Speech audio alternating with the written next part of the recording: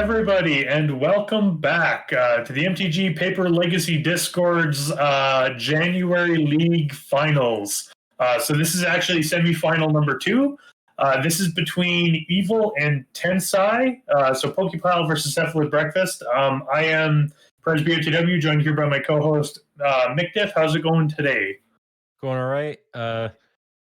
I think I should have fixed my video, so thanks everybody for bearing with me on that one. I was a little distracted last round trying to figure out why it was looking so bad while I was also trying to commentate. So should be all set now, good to go, looking all right.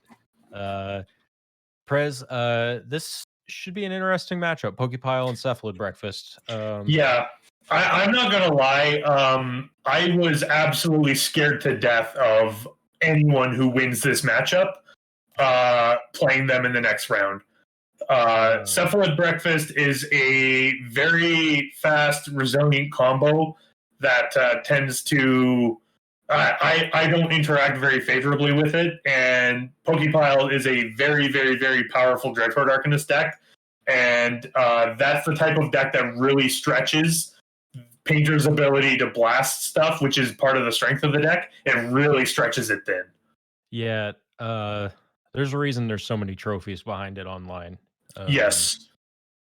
Not that our meta shares much in common with the Moto meta, but it is a very powerful deck, and I think we've been able to see how powerful it's been over the last 6 to 8 months or so.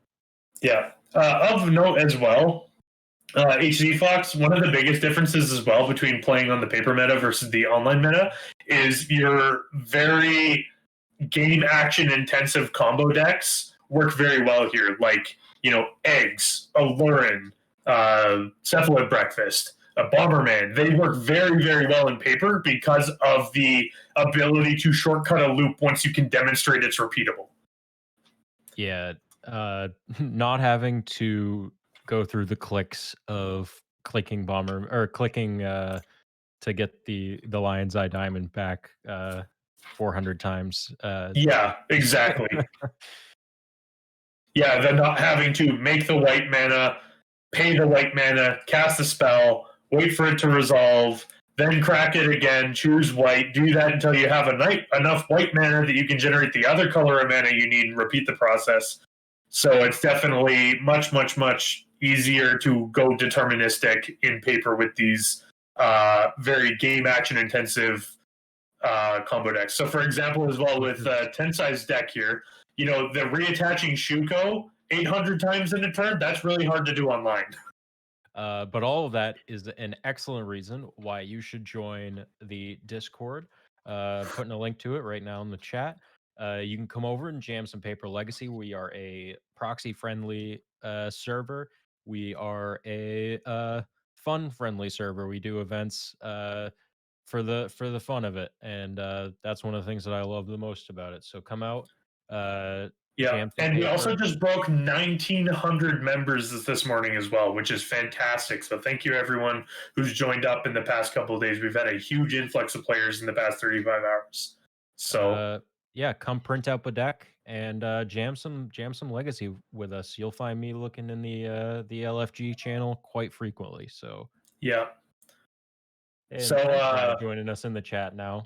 This is an interesting way to do it, having the people who played come in and watch themselves. So I actually like it. It's kind of cool being able to explain what the thought process was behind the game actions that take place.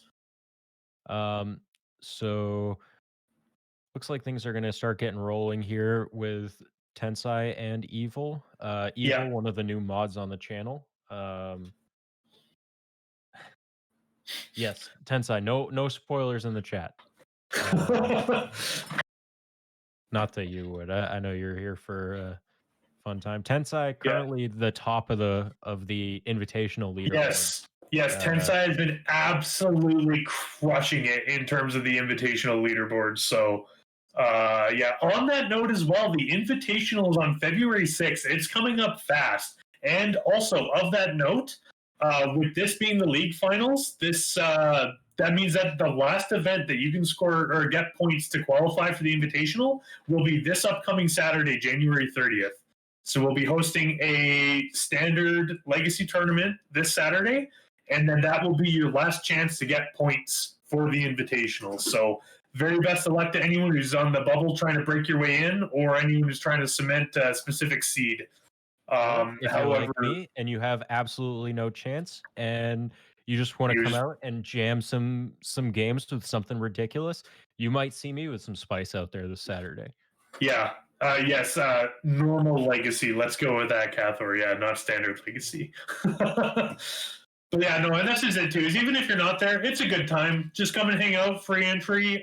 You get one of the super sweet Dark Ritual tokens, foil Dark Ritual tokens that if you win one of the tournaments, which is super cool. And also of note, the winner of the invitation will get a full play set of the tokens. Tensai out here showing off with his Hong Kong island into a ponder. Yeah. Also, those APAC basics are beautiful. Making sure not to put it into the graveyard. Yeah. Yeah. The APAC, is the Hong Kong the red pack?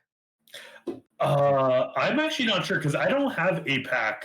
I've gotten two of the Euro packs, but I haven't opened up any of the APAC ones. Also of note as well, Tensai was the #1 seed going into this league top 8 as well, so Tensai will be on the play for all the matches. So Tensai has been on the play for the quarterfinals and the semifinals, and also if Tensai wins this match, Tensai will be on the play versus me in the finals.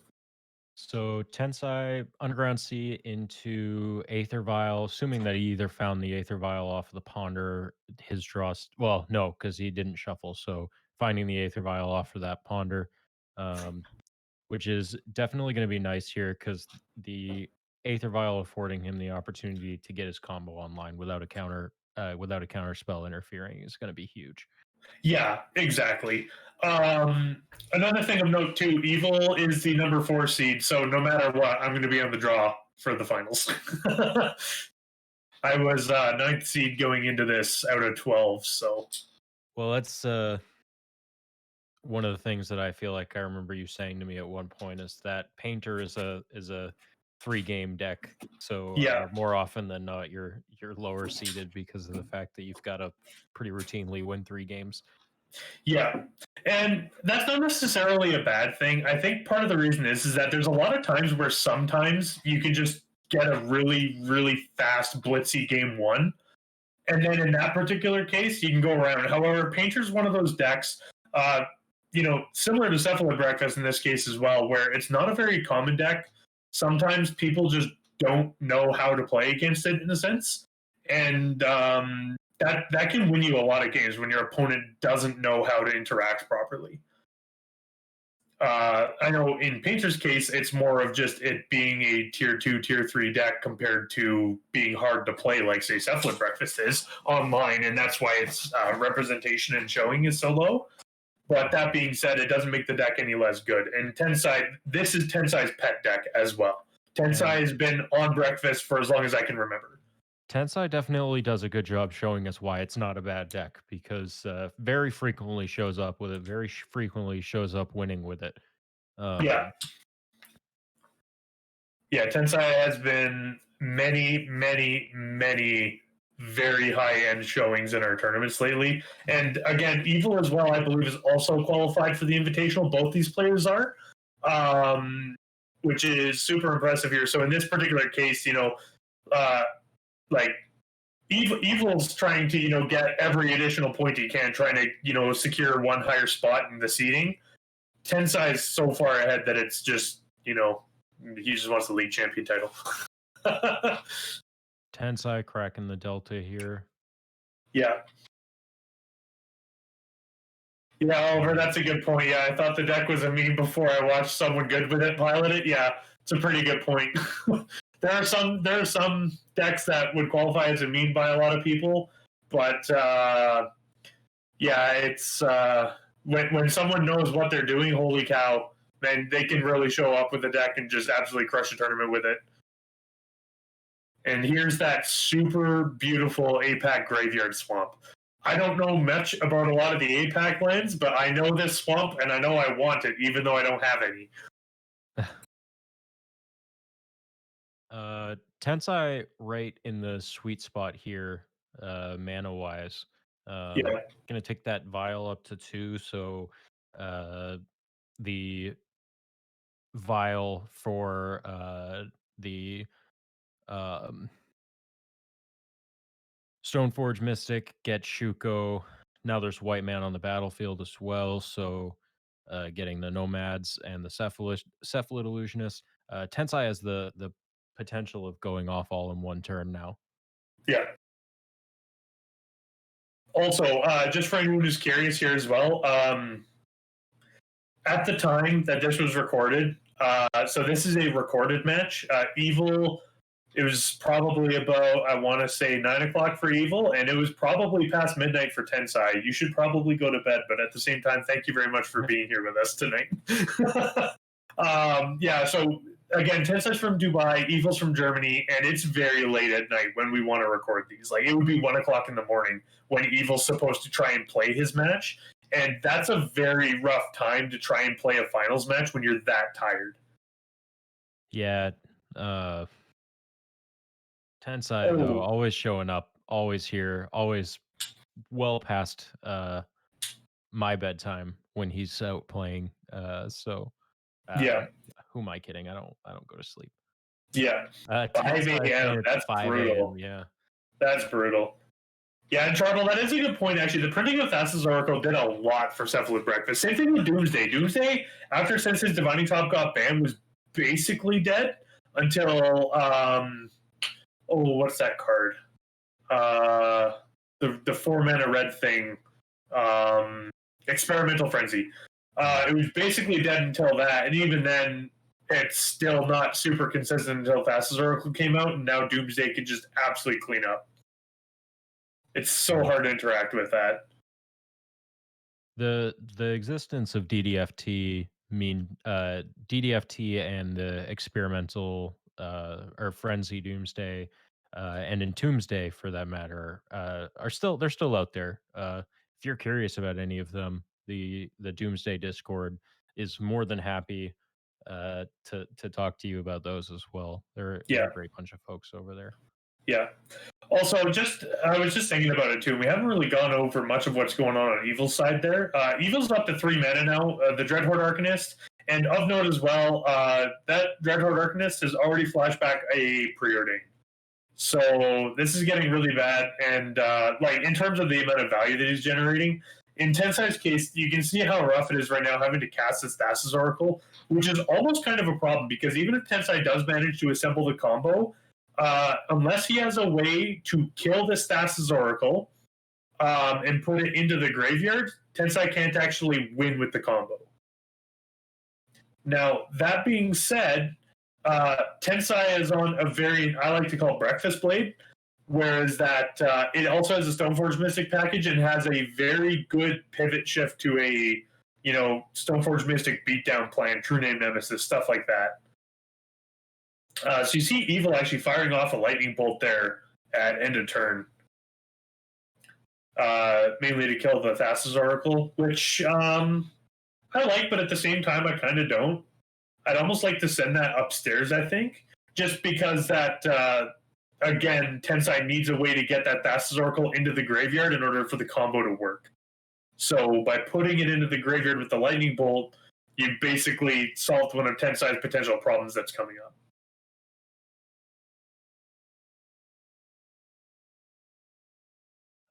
HC Fox, DDFT actually stands for Doomsday Fetchland Tendrils. Yeah, It's revolves around casting Doomsday multiple times in the turn to build up enough storm. yeah. And also of note there, HC Fox, yes, there is a Cabal Therapy in the deck which Tensai can sacrifice to mill it out, or to put it into the graveyard. So that is a good point and something I forgot about. You are right there. Seeing an Oko here from Evil, which is going to be a nice clock. Yes, this is going to speed this clock up a lot. I mean, and then this is exactly what Pokepile wants to be doing too, right? They want to take it slow, build up a board state, uh, play the control, and make sure that they can develop their hand and their board state to a point where they're uh, just beating uncontrollably. Yeah. And again, I think a large part of that is just the absolute power behind Dreadhorde Arcanist. Hard casting Dread Return here. Yep. So this tells me Tensai's not got a lot going on in hand. Getting those scries from Thassa's Oracle are definitely a good way to spend the mana, though, if you don't have anything going on and you have for sure ways of getting the Oracle back into the graveyard. There's at least one more Cabal Therapy in the deck, so he has a way of putting it back in there. Yeah, for sure. Or not scry. Thassa's Oracle doesn't scry. It puts a card into your hand. Yeah. I thought I left it back on top of the library. Does it? I don't. I've never used it for that mode.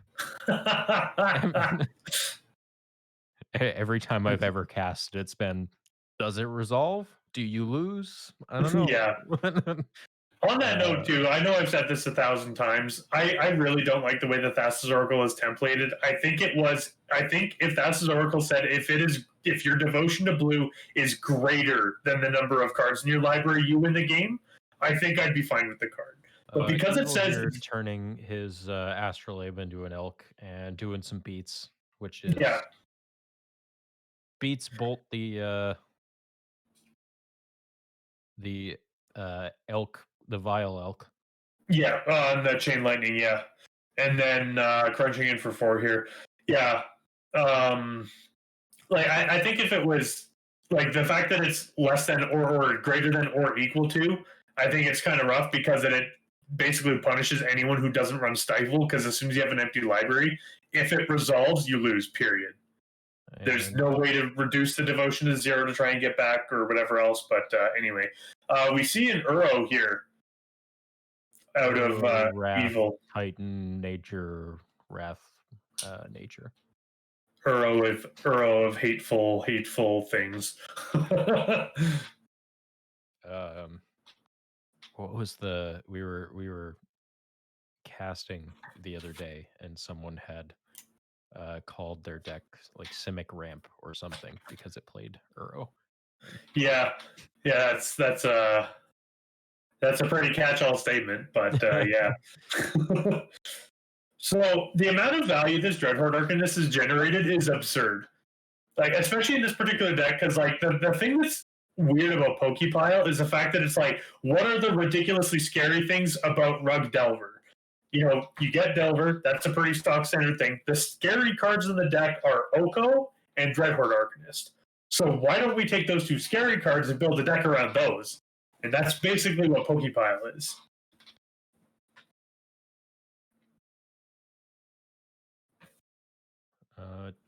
Tensai here basically has one more turn to assemble the combo, because I'm assuming this Uro is going to escape here. It seems like the best use of mana to me at this point, but I also don't know what's in Evil's hand. Yeah, exactly. Well, at least a ponder. Yeah. But that's also a pretty good use of mana, so. Exactly. Well, especially because of this ponder is just going to be able to be flashed back right away, which is very gross. Actually, of note, though, if he leaves the ponder in the graveyard and then cracks the fetch land, he could actually probably bring the Uro back this turn. However, that means they'll have nothing to exile to the Dreadhorde Arcanist, though. Which is the concern. So he's got to kind of decide, do I want a big beefy 6/6 that does everything, absolutely everything ever, or do I want to get some value off this Dreadhorde Arcanist and then try again for Uro next turn? Yeah, I feel... Okay, so we're going to see a bolt, so that's Okay, so we're definitely not on the Euro this turn plan. Yeah. So this bolt's going to put down to 6. Or is it 9? It's 9, sorry. It's 6. Oh, it is 6? Okay. Yeah. Yeah, it is 6, yeah. So this attack here is going to be 4 damage, plus the flashback of the bolt will be 3, putting it up to 7. So this will end up killing Tensai.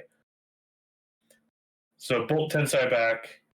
And Interesting, we're forcing the bolt. Although I think he's kind of thinking on it here, because that's the thing, is this will put him to 5, right? And then this is going to leave Tensai at 1 life. After the and this is provided that evil doesn't counter this. If evil counters this, then Tensai's just dead. Yeah. Which it looks like it's going to resolve. Yeah. Which I mean, why not, right? It gives you that 1 extra turn. 1 life isn't 0, and you can certainly win on 1 life. But it is actually going to be countered. So Tensai okay. I guess he was thinking better on it and just thought about it. Yeah, fired it off. Okay, so Tensai scoops it up. And we're going to move on to game 2. So for Tensai, we've got in the sideboard 3 Swords to Plowshares, an Aethersworn Canonist, a Grand Abolisher, a Thassa's Oracle, an Umezawa's Jite, 2 Skyclave Apparitions, 3 True Name Nemesis, 3 Leyline of the Void. What do you like here? I actually like the Leyline of the Void. I think the biggest reason for that is because that it turns Dreadhorde Arcanist off, but it also makes it so you can't do anything really with Uro. Uro's just a 1-trick pony, where it's basically just an overpowered growth spiral, and that's it. Because you'll never be able to have it be a creature with Leyline of the Void out. I actually also really, really, really like Aethersworn Canonist here. Just because that it means that evil is not able to cast a spell and flash it back with Dreadhorde at the same turn. Yeah, Aethersworn I think is a slam dunk. Yeah. Leyline, I think normally against like a Rug Delver type deck, I'm a little bit skeptical on Leylines, but I think in this specific deck where it is so heavily built around the Uro and Dreadhorde Arcanist interaction, I do like Leyline a lot in this. I'm not huge on Leyline in general because I think it's just so frequently just a dead card. On that note, though, Champagne, you did bring up a good point. Stifle just allows evil to play the Uro and then just counter the trigger. And then, or the sacrifice part anyway. And then that's how he can get it out there. That is a good point. But that being said, though, there's only 2 Stifles in Evil's list, and I kind of like my chances there. Plus, it also, like, it just, again, turning off Dreadhorde Arcanist is just very valuable. Swords does seem good, Oliver. I think. Yeah, Swords also seems Swords very good. Is also a good way of maintaining Tensai being able to maintain his life total. Because if Tensai can keep his life total at a reasonable amount, similar to Painter, it's if you can sit back and wait and build it up over time, sculpt your hands, make sure you have the interaction, then it's as good as slamming it on turn 3. Yeah, exactly. And Charble, you do bring up a good point. Uro is not just a pile of triggers for most decks. With a Warren, it sure as hell is, but for other decks that actually try to play Uro as a card that you'd actually cast an attack with, rather than drawing your whole deck, yeah, it's a bit different in that regard. So, so for evil sideboard, we've got a lot of 1-ups. Yeah, Sahakian, thank you very much for the follow. 1 Carpet of Flowers, 1 Electricity, 2 Pyroblast, 1 Red Elemental Blast, 1 Shattering Spree, 2 Surgical Extraction, 1 Veil of Summer, 2 Pyroclasm, 1 Scavenging Ooze, 1 Wilt, 1 Brazen Borrower, and 1 Clothis. What do you like here? I really like Clothis. Largely because that in the event that Tensai has a hand like he did the first game where, the Thassa's Oracle's in the graveyard, you can just start exiling it, and then, oh no, now you're out of a card there, on top of it being a definitive clock and a mana ramp, which is very good. I also don't mind Actually, Wilt. yeah, Wilt's pretty good here. I actually really like Brazen Borrower, just because that if you have the Cephalid Illusionist out, and then they tap out, or Tensai taps out for, say, a Nomad Zenkor or something like that, you can bounce it back at least to try and buy a turn and maybe find a counterspell. Surgical should definitely be coming in. Yes, I agree. I mean, Shattering Spree is another potential. I like Wilt more than I like Shattering Spree, purely because Yes. if it ends up being a dead card, you can cycle it. Yeah, Wilt's very, very versatile. And then also potentially the Pyroblasts. This type of combo matchup, just having all the answers is never a good, or is never a bad thing. I agree. Yeah. Anything else that you think in there? I actually like Pyroclasm too, just because that. I can't remember if you said Pyroclasm, just because it answers Grand Abolisher, it answers Nomad Zenkor, it answers Cephalid Illusionist, kills Stoneforge Mystic. Basically, anything that Tensai can put out outside of a Trinium Nemesis basically gets answered by Pyroclasm, and it means that Tensai basically has to commit everything to the board in one turn. And then I think he loses all his creatures. Even there, I think Carpet of Flowers can make a reasonable appearance. Yeah. I think we only saw one non-blue producing land last game. Yeah. Out of 10. Yeah. Champagne, I think that's probably correct about Colossus and Brazen Bar. I think I might just be thinking about those cards as potential things because, like, I'm not going to lie. As a Painter player, I'm scared to death of the Cephalid Breakfast list. It's so good, especially with having access to Teferi and Grand Abolisher. It basically means I can't interact with this combo at all. So I'd be looking more at things like, say, Colossus or Brazen Borrower or something like that can try and at least interrupt part of it. But I just like that's Colossus just me and personal bias. I just think Colossus is such a good clock. Yeah, Colossus is excellent in that regard. But I'm in no sense of the word an expert on either of these decks. So yeah.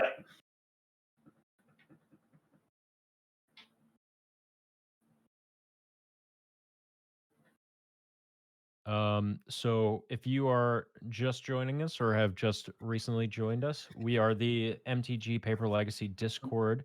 You can type !Discord in the chat and get a link over. We are a proxy friendly, casual friendly Discord. We also have tournaments on both monthly and weekly and quarterly. We have the Invitational, which is coming up soon. And you can proxy up a deck. Full color proxies are allowed, and come jam some games with us. It's a really good time. And I'm not just saying that because I'm a mod. I genuinely enjoy it. Although I guess, to be fair, none of us would be modding if we didn't genuinely enjoy it. So if you like Legacy and you want to jam some games, come out and join us. Yeah. Anyone who's been put down by the pandemic and the inability to go play cards safely in a public space, this is a good way to do it. Also, the league signups for the February league are out. I just dropped a link into chat for those. If you haven't signed up yet, which it just came out today, so if you haven't, then that's fair and reasonable. So click on that link and join us for next month's league, and you might find yourself on one of these pre-recorded matches next month. Yeah, which I think next month we're going to try and do the quarterfinals as well, just because it's pre-recorded. But we just need to work out the logistics of that first. So otherwise, we're going to at least guarantee do the semis and finals like we are doing this month. So this is also, for reference, this is the first time we've tried doing the pre-recorded matches, and it seems to be working out very well. So with that, starting next month, every week, the Tuesday will just be a normal fight night, which if you've been with us for a while or you joined us before, some combination of mod nights, themed nights, or just regular player versus player. So Yeah, if you have fun with those, that's great. We'll have an extra one every month from now on. yeah, basically, which is actually a pretty cool event. So it's a lot of fun. I Yeah, know it's I going to enjoy it. open up some availability for us to do more of like what we did a couple weeks ago with meme night, That was so much which fun. Oh my goodness. I played and greatly enjoyed, and I know Prez also played and greatly enjoyed. Or Yeah. Innistrad, thank you, Beyond Sadistic, aka MTG Paper Legacy, in the chat. Um, Yes, we have done Pre-Innistrad actually twice now. It's a fantastic time. we definitely should do that. Maybe I can convince somebody to do some pre-modern with me at some point too. There you go. So it looks like we got both players here just kind of sculpting their hands. I love that Great Wall Plains. Oh my goodness. Tensai always has the nicest lands. Yeah. We got the Stoneforge Mystic here, and I think this is one of the reasons why I think this Breakfast Blade or the Blade variant of Cephalid Breakfast is so good. Is because that the ability to pivot, like say for example, Evil had a ley line of the void, and now your combo's off. Well, you can just beat them to death with a batter skull. But in So this instance, Tensai going to go grab that Shuko, yes, which for those of so you who aren't aware, it's a one mana equipment that has a equip for 0.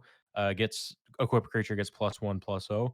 The +1/+0 in all the times I've played against Tensai has only mattered once. It's the equip for 0, which lets you equip over and over and over and over again to Cephalid Illusionist, milling your entire library and getting your combo online. yeah. The other thing of note too, and this is something I've brought up on stream before, is the other benefit of a combo like Breakfast. So you get decks like Doomsday or Oops All Spells or Breakfast, where they're all basically trying to make their library 0 and then use the fastest Oracle to win. The thing that's nice about Cephalid Breakfast is it goes in increments of 3. So you go 3 cards over, 3 cards over. And as soon as you hit your first Narcomoeba and Cabal Therapy, you can stop and check if the coast is clear and whether it's safe to keep going or not. Because like if you're just like, I'm the name of Force of Will. Well, you went from the Force of Will and there's 3 copies of Surgical in there. Okay, well, I'm going to stop doing this now until I find an answer for that. I would be lying though if I said that Tensai had not tutored up a Shuko and equipped it to a Stoneforge and just gone to beatdown against me before. Yeah, those hidden alternate modes on the cards that end up working very well.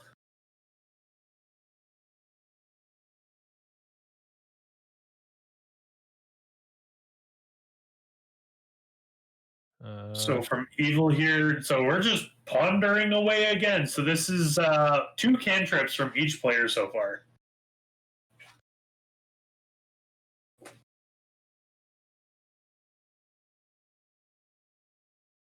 Which in this situation, I favor Evil's stance because that slow taking time to sculpt and build up the hand is really what is exactly what his deck wants to be doing. Yes. And That Tensai being needs to said, get Tensai would like to do it as well, but Tensai is also trying to be a lot more proactive because Tensai basically has to decide: am I comboing or am I trying to Stoneforge you? I would also argue too that Tensai, and he's in the chat, so he might be able to correct me if I'm wrong. Wants to be able to get underneath Evil before Evil's had a chance to really make sure their whole hand is counter spells to deal with this combo. Yeah, Oliver, don't let the memes be dreams. We grab the Shuko.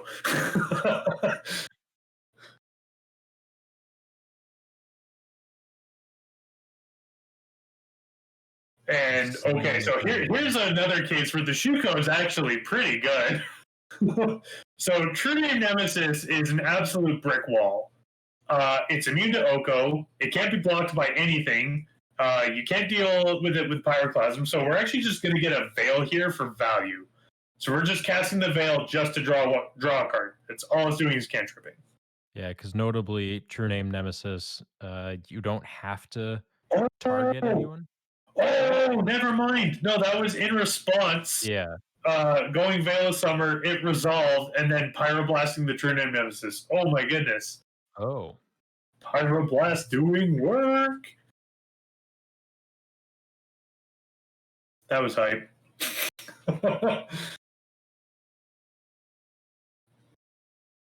Shuko gives +2 to all skills, Diablo 2 said, so yeah, definitely.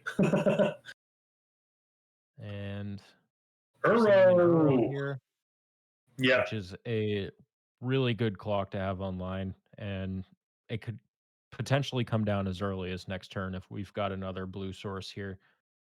yeah. Which we do, it looks like. No, that was a Wasteland taking out the Tundra. So it looks actually like that Wasteland was put in off of Uro, because I know the Wasteland was tapped to cast the Uro, and then the second Wasteland would have come in and then hit the Tundra, and then yeah. So this was a very, very, very efficient turn from Evil. Tensai missing the attack with the Stoneforge Mystic. Oops. Yeah, I guess with you being tapped out, yeah.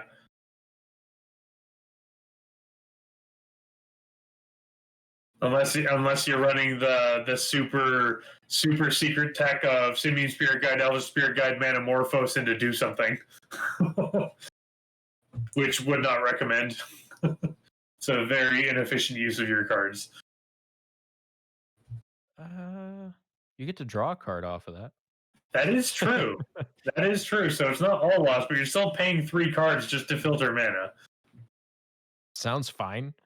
Clearly, you've never played Storm. Yeah, basically. I have played it. I'm terrible at it, though. So we're going to see another Ponder here from Tensai. And in Tensai's case, he's probably looking for something to do here right away, because this Uro is potentially going to be a problem here. Thank goodness there's no Dreadhorde Arcanist yet, because otherwise, oh my gosh, this would be absolutely brutal. Of note, though, Pyroblast is not a very good card to flashback with Dreadhorde unless your opponent has blue permanents. Yeah. And there are good blue permanents in the deck to Pyroblast, such as a Cephalid Illusionist. It's just very seldom will you be able to hit them during Evil's combat phase and have it be relevant. Yes.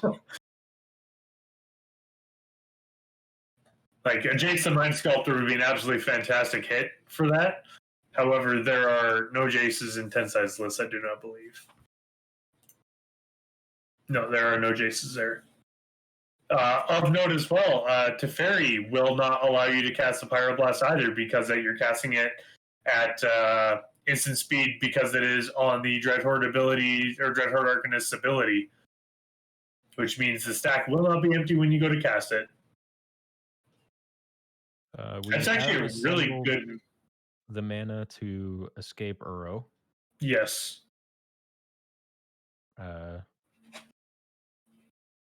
I also just say how nice those FBB duels from Evil are? Oh my goodness.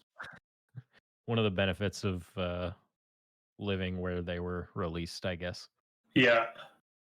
Yeah, playing back when you could buy a booster pack with that card in it, in the language, yes. Because again, Evil is from Germany, so I bet you those are all German FPBs.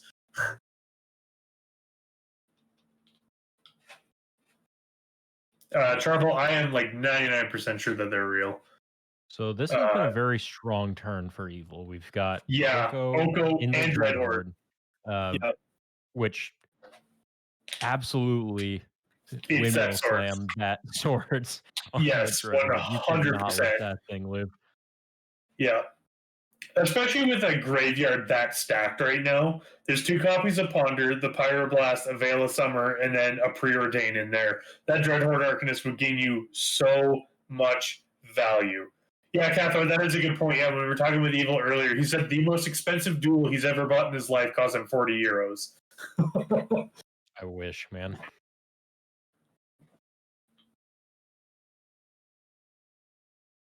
I have a playset of UCs, and I did not spend anywhere close to that. Yeah, no, I was lucky that I got in on my dual lands before they got stupidly priced. But that being said, that it was still a fair bit for sure. But at the same time, I regret none of it. It's not quite 40, but having 27 dual lands still gives me a fair amount of variety. So Not quite 20 euros. Beyond statistic. a little bit more than that. A little bit. I am Yeah. fortunate though that I, as an Elves player, got my cradles when they were reasonably priced. Yeah. Yeah, that's definitely a good one because cradles are out to lunch right now. Yeah, I don't. And that's actually another thing too. That's the one downside of paper versus the online meta is that the online meta is not affected by reserve list buyouts. Yeah. One of the big problems here. Oh, we battling. Bonus points if you turn the Shuko into an elk, so that way you're literally attacking with fists.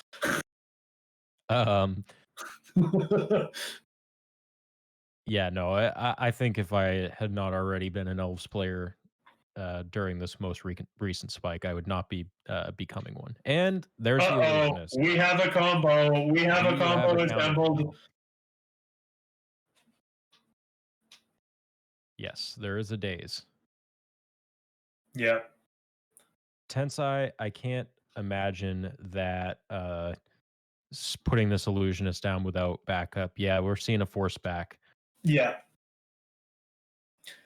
Yeah, well, and that's the other thing too, is because Tensai, it definitely does not make me a better Elves player. Of note though as well, that's the other thing too. I agree. Tensai 100% would have had why does my brain not work today? Would have had force back up there because if he just passes the turn, Oko's just going to turn the illusionist into an elk, and then Tensai needs another combo piece. So Tensai just milled over a Cabal therapy, which so 100%. Yeah. Sack now's a good time to test the waters and make sure the way is clear. Yeah.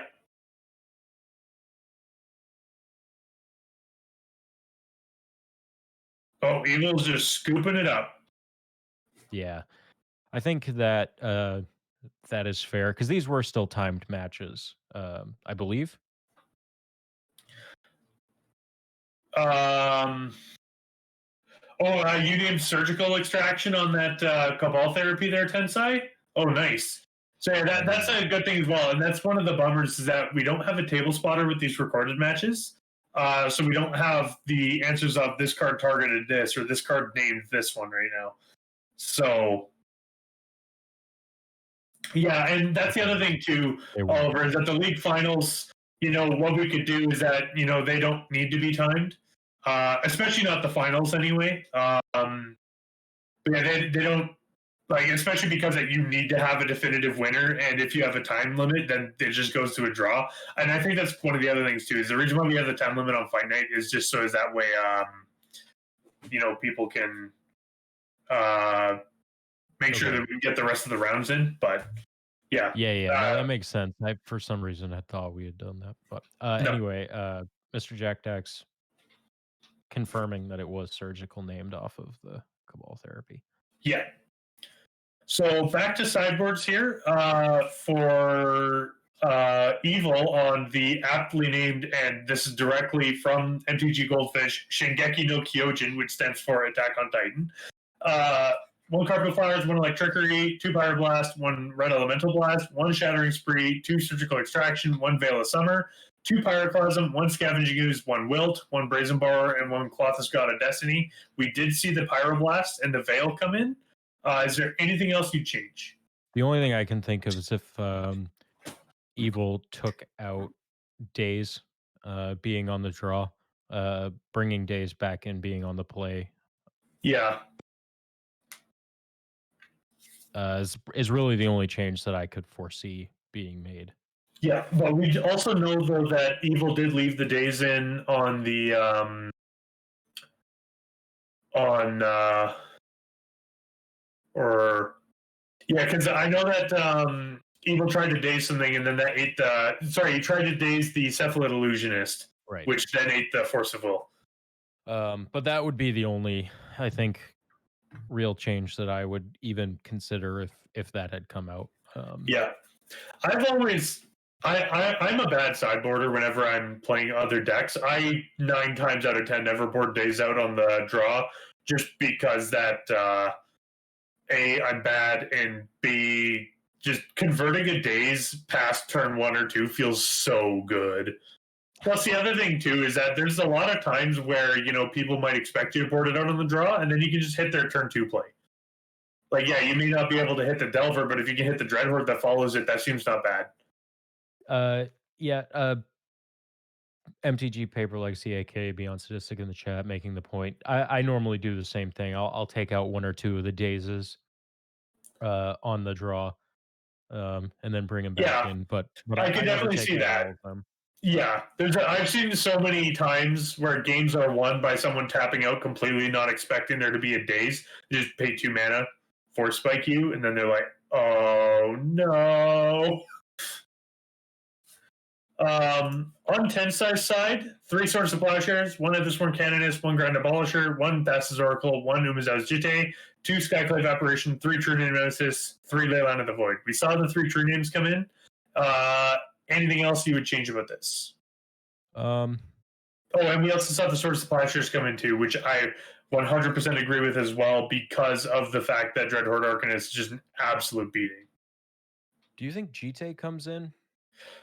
I actually don't mind Jitte in this matchup. If you're bringing in True Name Nemesis, a TNN holding a Jitte is pretty good. Yeah, I have lost many, many, many games to that. Can confirm GTA being held by a TNN is a very frightening thing. We know that Tensai is never going to be siding out of the combo. Yeah. But I think adding in the additional win con in a matchup that's as controlling as this doesn't sound bad to me at all. Yeah, I agree with that one. And I think that's another thing as well about the strength of Cephalid Breakfast in general is just the fact that you never have to side out. It's not like, say, World Gorger Dragon, where, as soon as they have graveyard interactions, your combo is just bad, so you need to do something else. Whereas that, Cephalid Breakfast, they have the alternate game plan built into the main deck. So it's like the graveyard plan can just be a backup. You can pivot game 1, which is very very good.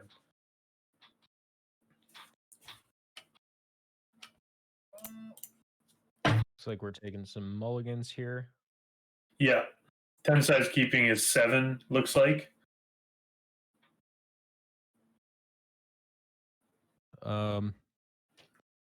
Yeah. I think that's it though. This doesn't seem like the matchup where you're nitpicking in between games. Yeah, I agree. And I think especially with the way that Tensai's list is set up, is that things don't really change on play versus draw. You're on the same game plan. You're trying to do the same thing against Evil every game. So Charvel of note, Tensai for the league finals is not playing with the Shaman on core and the Daru Spiritualist in it. I double checked that as well as soon as the deck list got posted. It's super sweet, and it's a way to gain an absolutely monstrous amount of life, but at the same time, it didn't seem to make it in here. So Tensai is really, really, really crossing his fingers or something. Tensai, do you remember what you were praying for here? If you're still in the chat? Yeah, you're still in the chat. Yeah, 2 on top.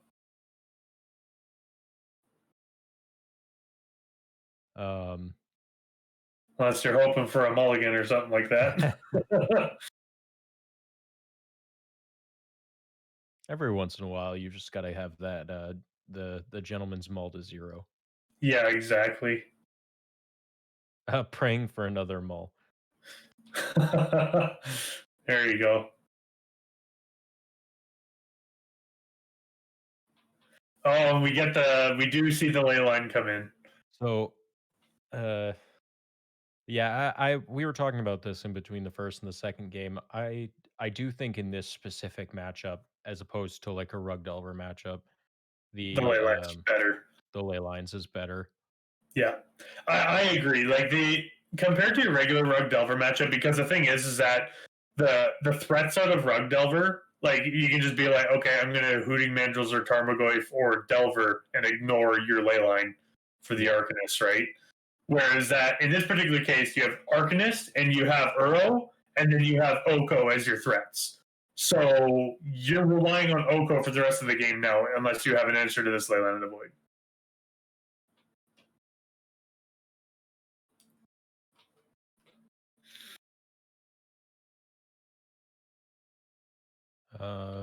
Tensai fetching up that beautiful Hong Kong island. Yeah. That is a good point, though. Yeah, Hooting Mandrills is also, though, there's not very many of them running around with a Leyline out because playing 6 at full retail out of Rug Delver is a very tall order. Well, there's not a whole lot of Rug Delver lists playing Hooting Mandrills anymore. Yeah. Um, 6 mana, 4/4 trap was on curve for 1998. Yeah, that's a good point. So we're going to see a Stoneforge for a Shuko here. Yeah, that would be so funny if the hardcast days was the thing.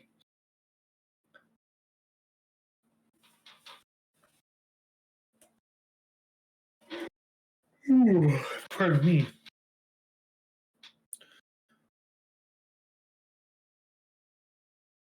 I am curious, Tensai only having the 3 Aether Vials in the list, um, where that's I, normally something that you just want so regularly in your opening hand. yeah. I think the big reason why, again, is it's just because that it's a combo deck that's allowed to pivot, right? And that's as it is. The Aether Vials are part of the pivot plan, not part of the combo. Uh, I don't Like that know. being said, I have lost very, very fast when it was turn 1 Aether Vial into untap, tick up, and then you play a second land, cast Cephalid Illusionist, and then you Violent Nomads on core, and then you're dead on turn 2. So I was playing this matchup against Tensai, or not this matchup, but I was playing against Tensai on breakfast the other day, and I was on Mill, and Tensai had a a Thassa's Oracle in hand yeah, and a uh, Vial on 2 on the battlefield, and I don't remember how I ended up getting around it, but yeah, I'll have to try and figure that part out. So we do see the scavenging ooze here. So this is really good for evil, largely because that scavenging ooze is a clock, but it also means that if Tensai starts milling out, then what can happen is that say Tensai has no creatures other than the illusionist, and then he flips into a Cabal therapy. So if Tensai keeps milling, then you can just eat the Cabal therapy right away.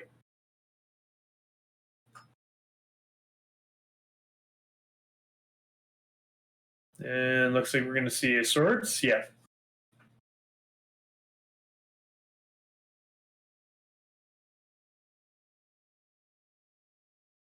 Should see a brainstorm in response. yeah, Evil's really going to want to keep this scavenging ooze around. I agree. Largely because it's pressure too. It does mean that as long as it is around, Evil pretty much can't tap out of green mana for the rest of the game. Yeah.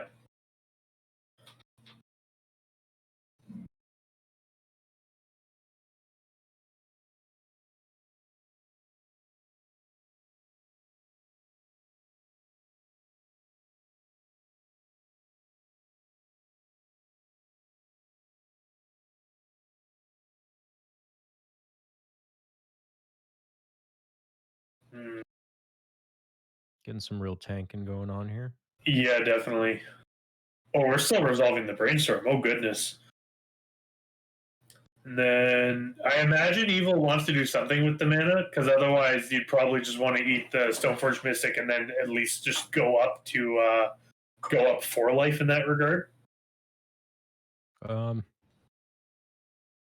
Yeah, I was gonna say unless Evil has something that he'd rather do with his mana in his second main phase, but Yeah, I agree with that 100%.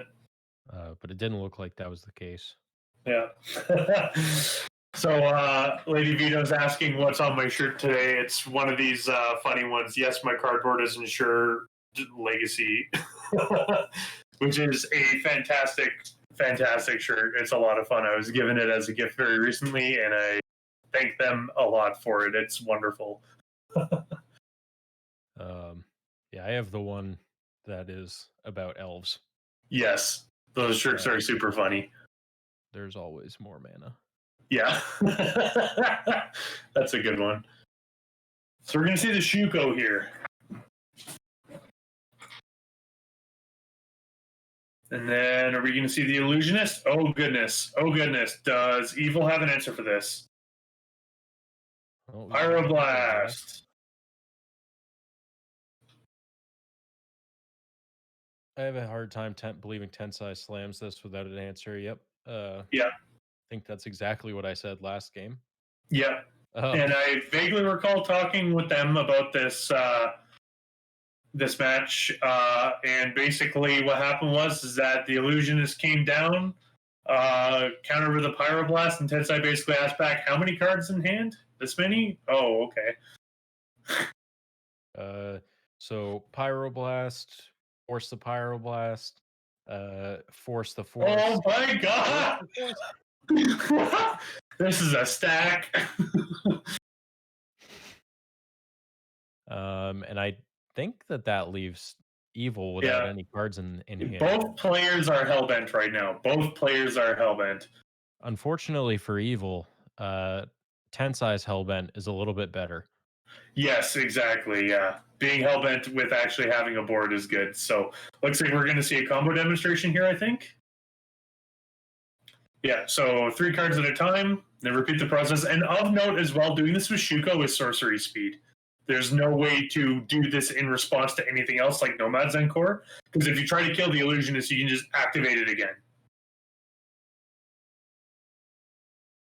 And with Evil being hellbent here as well, it means that Tensai doesn't have to Cabal Therapy to check if the coast is clear or not. Evil doing the due diligence of making sure Tensai didn't accidentally board out the Narcomoebas. Yeah. Or the Dread Return, or the Thassa's Oracle.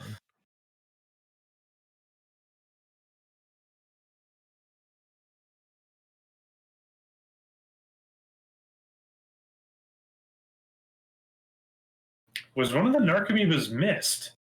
It looked like I believe there should be 3. Either way, we're going to get a flashback on the Thassa's Oracle right now in an empty library. And this should win the game, unless Evil's holding a Stifle as the last card in hand. But no, that's game like there. Yeah. So Tensai wins the semifinal versus Evil on Pokepile there. Masterfully well played from both players there. Again, oftentimes coming down to just, I'm going to try and jam my combo with all this permission up. And it's always kind of hard to do that. Oh, you actually boarded one out, Tensai. Okay. That's kind of... I'm curious on what the logic is behind that in terms of if you just needed to cut something else. I could see that too. I guess technically speaking, with the 2 Narcomoebas, it's always enough because you always need the Illusionist to go off. So... And yeah, also congrats to Evil as well. And same with Zigai from the last round as well. Like, excellent run from all the players who made it this far in the league. So, yeah. But thanks for joining us, everybody. We'll be back shortly with the finals for the January monthly league, where we will see the recording of Prez and Tensai's finals match. So stick around, and we'll be back. We'll be back shortly. Yep. See you then.